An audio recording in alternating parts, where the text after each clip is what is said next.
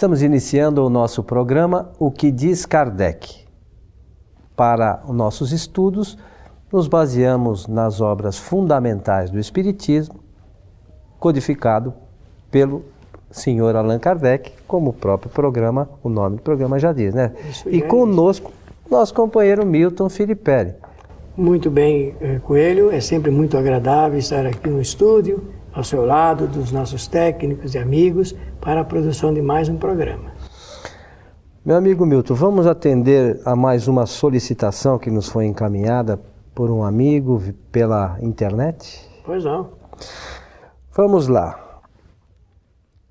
Esta pessoa diz o seguinte: tenho visões antecipadas de acontecimentos que depois se confirmam.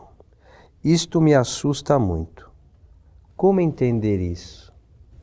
Bom, primeiro vamos entender o que ele quer mencionar. Tenho visões antecipadas. Isso. Então, fatos que ainda não aconteceram, mas que depois se confirmam, que acontecem. Isso. Ele só não falou se são acontecimentos do mundo social em que vivemos ou se são fatos a ele ou pessoas a ele relacionadas, não é verdade? Isso. De qualquer maneira, isso aí tem um nome no Espiritismo. No início do estudo sobre essa matéria, Allan Kardec chamou esse fenômeno de dupla vista, dupla visão. E depois de vista dupla, que é a mesma coisa. Dupla vista, vista dupla. Né? Segunda visão? Segunda visão, pode ser chamada assim também. Mas depois vai se fixar, então, com o título de clarividência. O que é clarividência? Segundo o Espiritismo, clarividência é a capacitação do ser encarnado de ver acontecimentos do mundo material. Isso é a concepção, o conceito que o Espiritismo faz da palavra clarividência. Não tem nada a ver com vidência, que vidência é um fenômeno de ordem mediúnica, segundo o qual o médium vidente vê os espíritos. Vê os espíritos. O médium vidente não vê nada de acontecimento do mundo material. Ele só vê espíritos. Ainda assim, quando estes se mostram, porque não é ele que quer ver, os espíritos se mostram, então ele, pelo mecanismo mediúnico, ele vê. O clarividente, ele vê acontecimentos do mundo material, fatos que já aconteceram no passado, fatos que estão acontecendo e dos quais ele tem conhecimento por esse meio, por esse caminho, e dos fatos que ainda vão acontecer no futuro. Existem comprovações, descrições, documentos, livros escritos sobre clarividentes que previam acontecimentos antes deles acontecerem. Então, esse nosso amigo ou esta nossa amiga está dizendo que vê, antes de alguma coisa acontecer, vê esse acontecimento, que depois se confirma. E isso está trazendo um susto muito grande. Ela está um desconforto, né? Desconforto espiritual. Está realmente. Então ele quer saber como entender isso, como administrar isso, conduzir isso. Uma coisa que você mencionou, eu acho bastante importante a gente ressaltar. A clarividência não é vidência. Não. Mas uma pessoa que é clarividente pode ser vidente também. Pode ser médium vidente. Kardec cita um caso muito específico no Livro dos Médiuns. Eu posso relatar? Por favor. Já falamos em programas anteriores, mas eu penso que... É sempre bom ilustrar aqui os nossos amigos. Kardec cita um menino de 14 anos que, à noite, nas sessões, nas reuniões mediúnicas, digamos assim, ele fazia um diagnóstico de doença de cada pessoa que estava presente, que se pedia para fazer o diagnóstico. E logo em seguida do diagnóstico, ele fazia uma receita do medicamento para combater aquele tipo de enfermidade diagnosticada. O jovem de 14 anos. 14 anos. Mas uma noite, diz Allan Kardec, esse menino, ele só diagnosticou. Ele não receitou um só medicamento. E todos ficaram surpresos. Um começou a falar com o outro. Por que hoje esse menino só diagnosticou? Então, terminada a sessão, foram perguntar para ele por que ele havia só diagnosticado. Então, antes de continuar, eu devo dizer o seguinte. Nesse momento, ele estava sendo um clarividente. Porque ele estava vendo um acontecimento do mundo material, que é uma enfermidade no corpo físico das pessoas. Aí ele respondeu, eu não diagnostiquei nenhum remédio, porque hoje não estava presente o meu anjo doutor, que era um espírito médico que tinha conhecimentos da medicina e sabia fazer prescrições. Então, o menino diagnosticava e logo em seguida o espírito médico receitava o medicamento apropriado àquela doença. Kardec vai com isso dizer assim, nesse momento, nessa noite, o menino se revelava como um clarividente e como um médium. Interessante, né? Que são coisas distintas. Distintas. Então, o que esta pessoa pode ser que ela seja médium também, mas o que ela deve ser é clarividente. Que ela vê os acontecimentos. Pelo que está relatado aí, é um clarividente. Então, eu proponho que, em primeiro lugar, estude a doutrina espírita desde o início. Comece pelo livro O que é o Espiritismo, leia, releia com bastante atenção, depois leia o livro dos Espíritos, estude o livro dos Espíritos, porque essa obra, ela não é para ser lida apenas, é para ser examinada, estudada com muito interesse.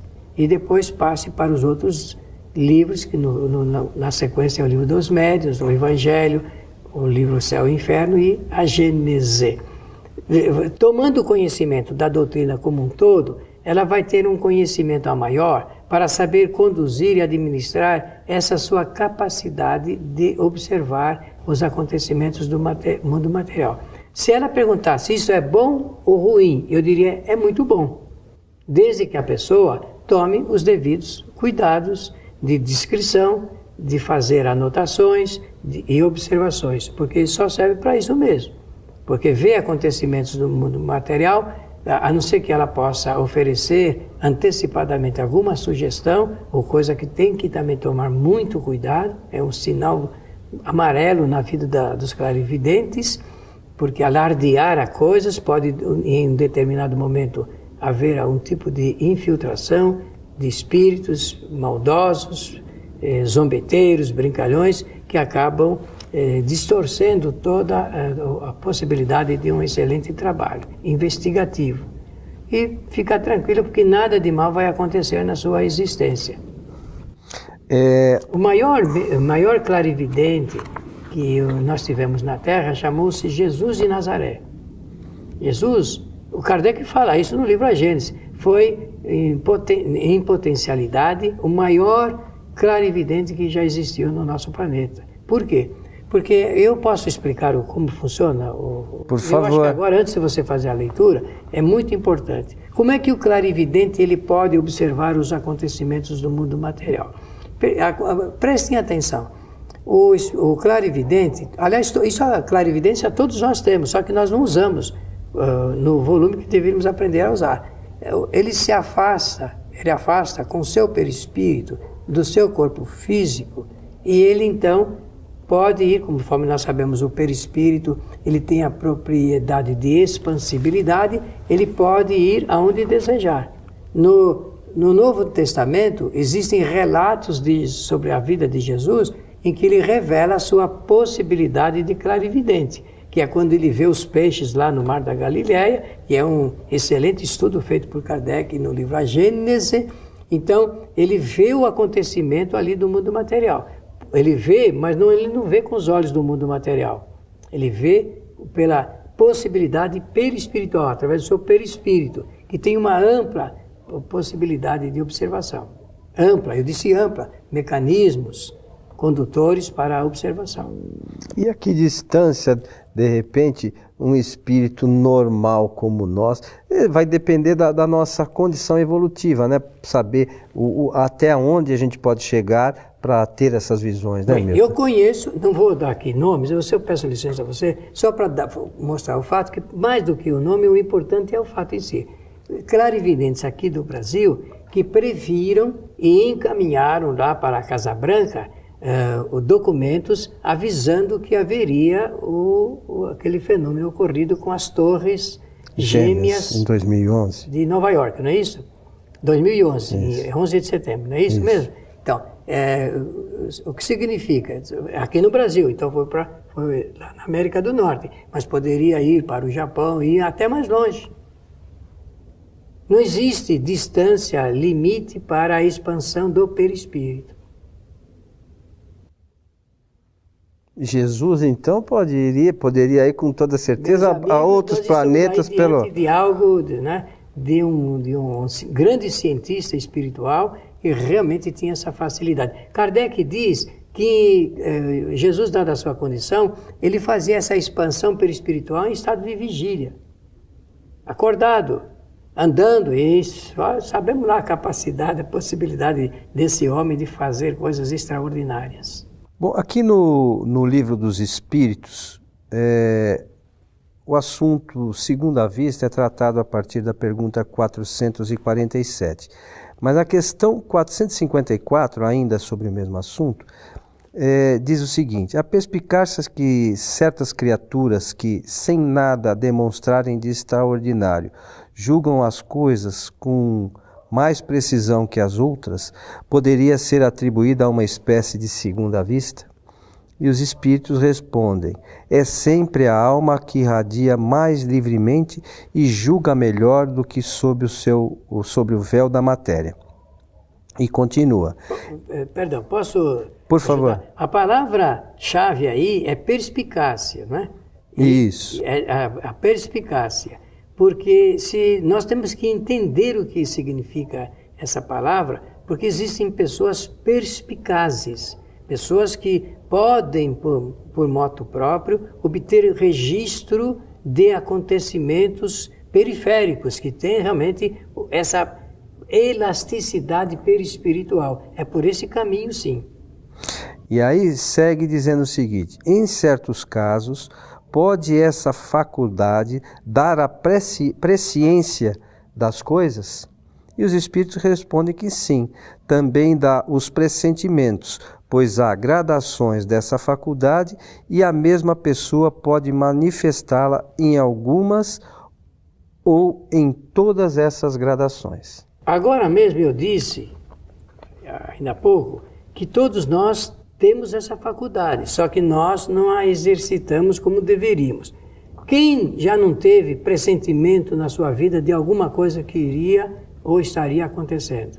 Quem? Eu penso que todas as pessoas em um determinado instante, ou muitos instantes, tem algumas que têm pressentimentos constantes sobre o que está acontecendo. Por exemplo, Coelho, como é que uma mãe sabe que um filho seu saiu de casa? Fala, vou passear. Como é que ela sabe onde ele está, com quem ela está? Porque muitas mães sabem, eu já tive a oportunidade de confirmar isso. Eu posso dizer aqui no nosso programa que isso é absolutamente correto. Como é que elas sabem? Elas são adivinhas?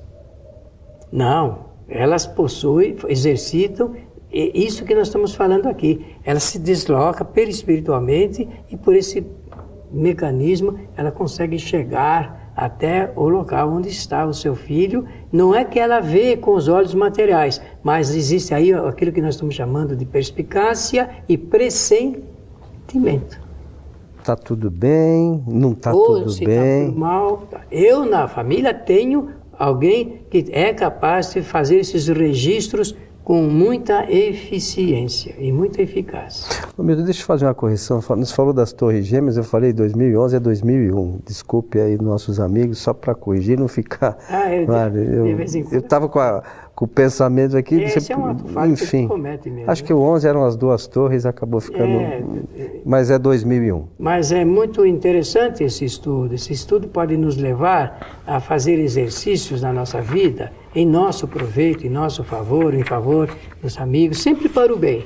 Nós não devemos usar nenhuma capacidade que nós temos espiritual para as coisas más. Nós temos que aproveitá-las para os bons acontecimentos, produzir bons resultados, ajudar as pessoas.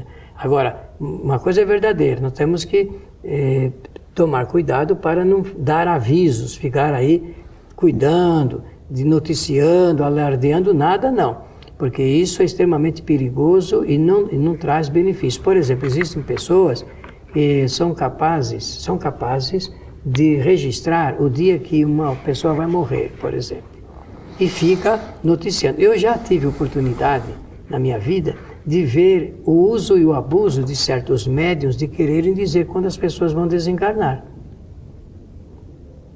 E isso é extremamente perigoso. Nós não devemos usar dos recursos, nem da mediunidade, nem da clarividência para isso, não. Que não vai ajudar ninguém. Não vai amparar, não vai estimular, e nós temos que usar dos recursos da palavra e da ação para estimular, motivar as pessoas para a vida.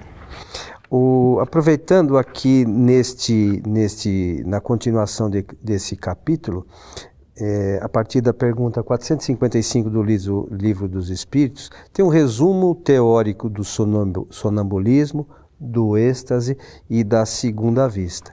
E lá no final, diz o seguinte: o poder da segunda vista varia desde a sensação confusa até a percepção clara e nítida das coisas presentes ou ausentes.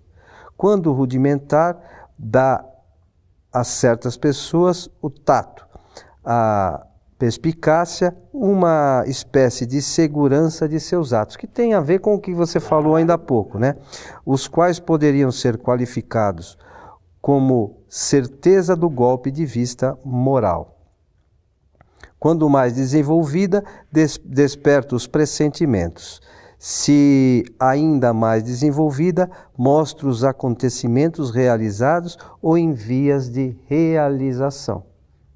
O maior, eu citei Jesus como o maior clarividente, mas um dos maiores clarividentes que o nosso planeta teve chamou-se Edgar Cayce, um norte-americano, e ele realmente desenvolveu essa possibilidade quase que nesse extremo em que Allan Kardec coloca no livro, agora na parte final da sua leitura, de dando detalhes do acontecimento, coisas inacreditáveis de acordo com as crenças do nosso mundo material.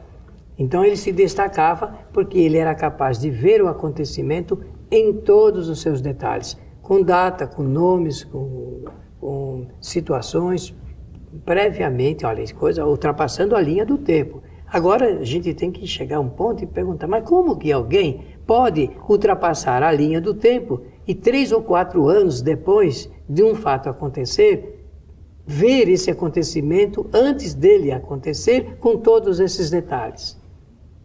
É que nós não entendemos nada do tempo. Quando nós estudarmos, examinarmos o que é o tempo, seu significado, seu valor e como funciona, porque o tempo é uma convenção do nosso planeta. O tempo que nós conhecemos é uma convenção.